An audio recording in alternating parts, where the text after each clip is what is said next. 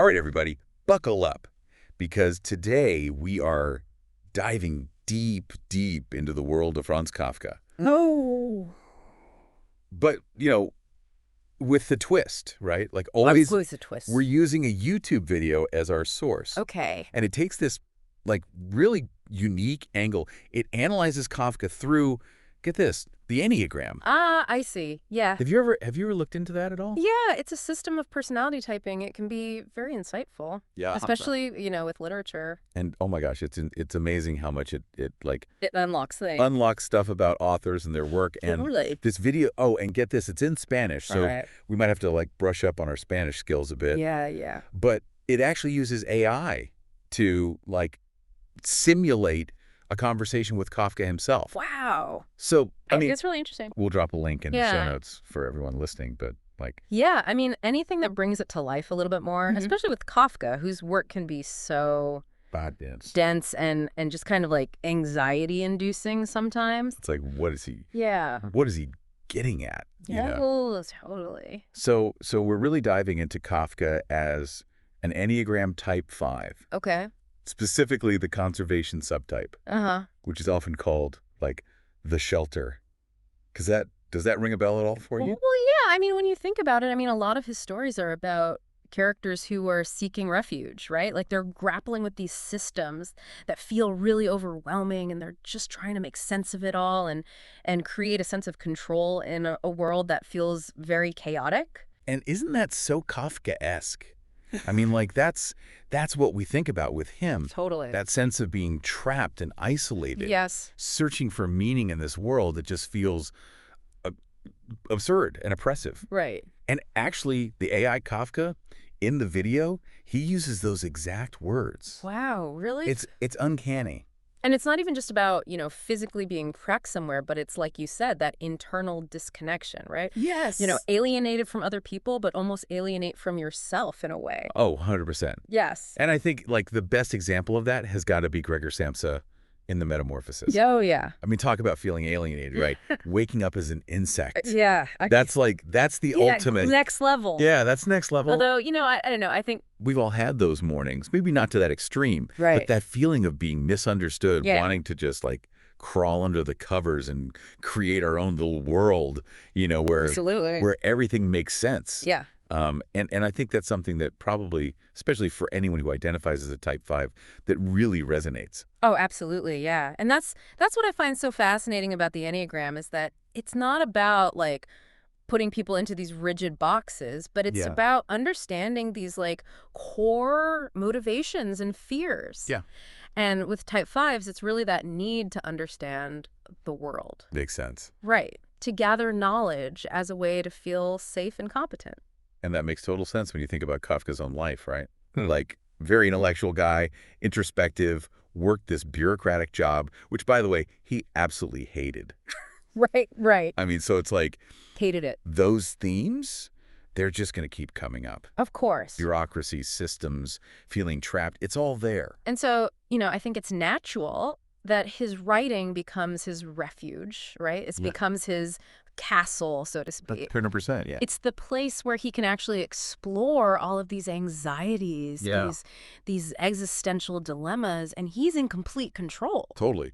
He's in the driver's seat. It's his writing itself is a manifestation of that shelter subtype. Exactly. Yeah. And it's not just about, retreating from the world, but it's also about protecting what's yours. Yeah.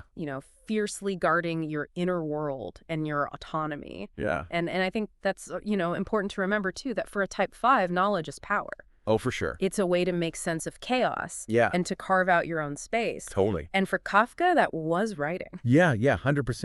Yeah. And you know what I find really interesting is What's that? this video, it points out how even Kafka's writing style kind of reflects those Type 5 tendencies. Really? Especially the conservation subtype. Yeah, how so? Well, just think about his language, right? Yeah. So precise. Yeah. The way he builds these intricate layered narratives. Right. But there's very little emotional exposition, Yeah, you're right. It's very matter of fact in a lot of ways. Yeah, and it's like he's building an argument. Okay. Brick by brick. Yeah.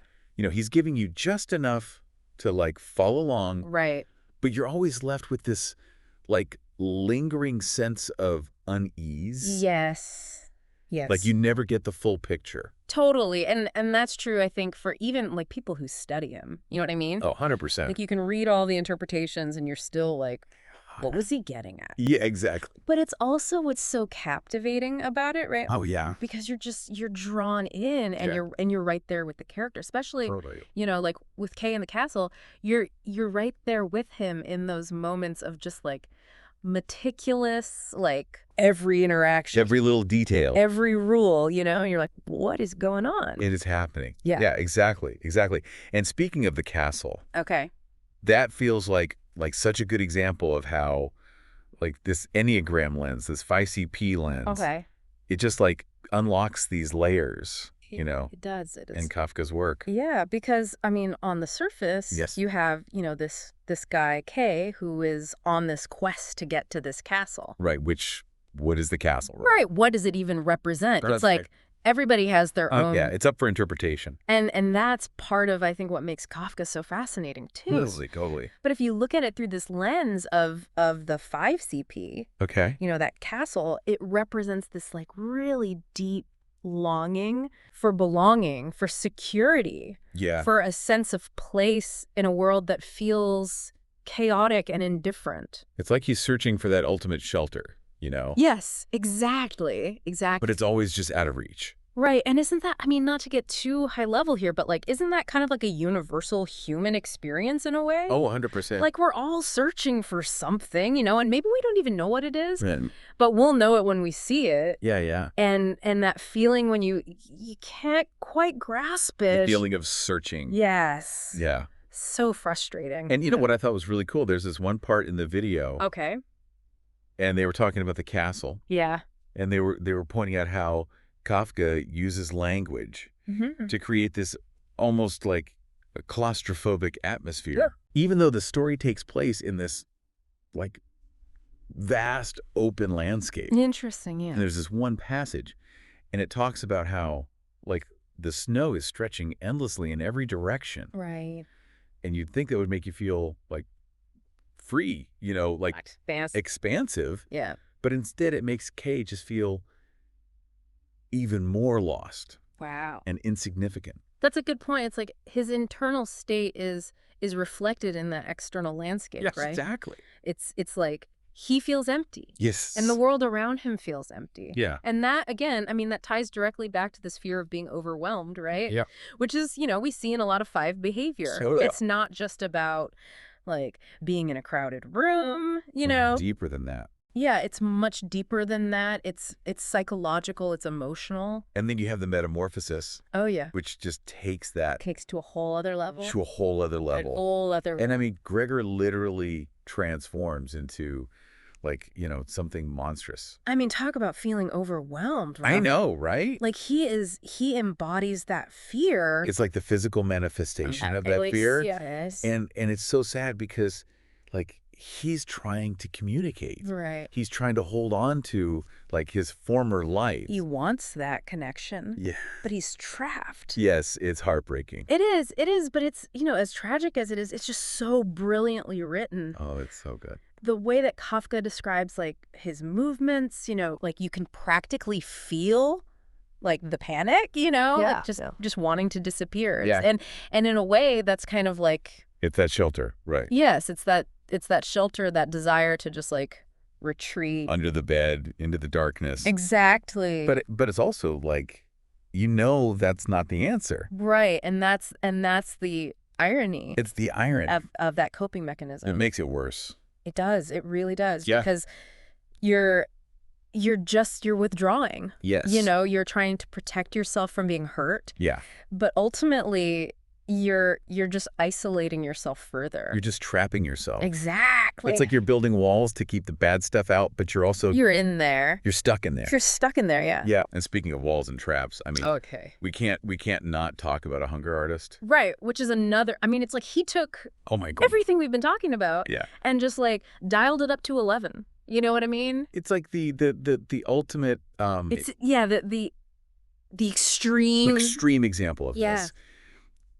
It just occurred to me, like, in a way, a hunger artist. Okay. It's like it flips the script on that whole castle metaphor we were talking about. Oh, interesting. How so? Well, I mean, like, instead of Yeah. instead of finding shelter in knowledge, right, Yeah. or retreating into his writing, like Kafka seemed to, Right. the hunger artist, he's seeking control, Okay. but he does it through this, like, crazy, extreme form of deprivation. It's like he's built his castle, but like out of thin air, you know? Oh, wow.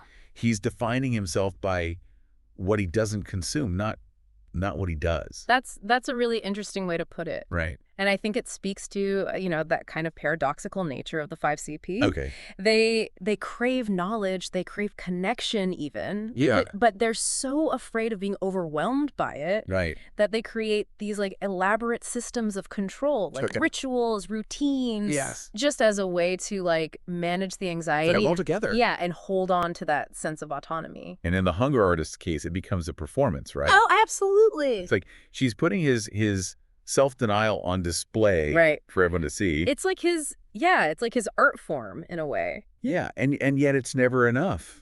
Right. You know, like the audience loses interest and he's just left feeling emptier and more isolated than ever. More unseen. Yeah, and I think that's the real tragedy of it. It is. That even in this like extreme attempt to control his world, Right. to create that shelter, Through starvation. through starvation, yeah, Of all things.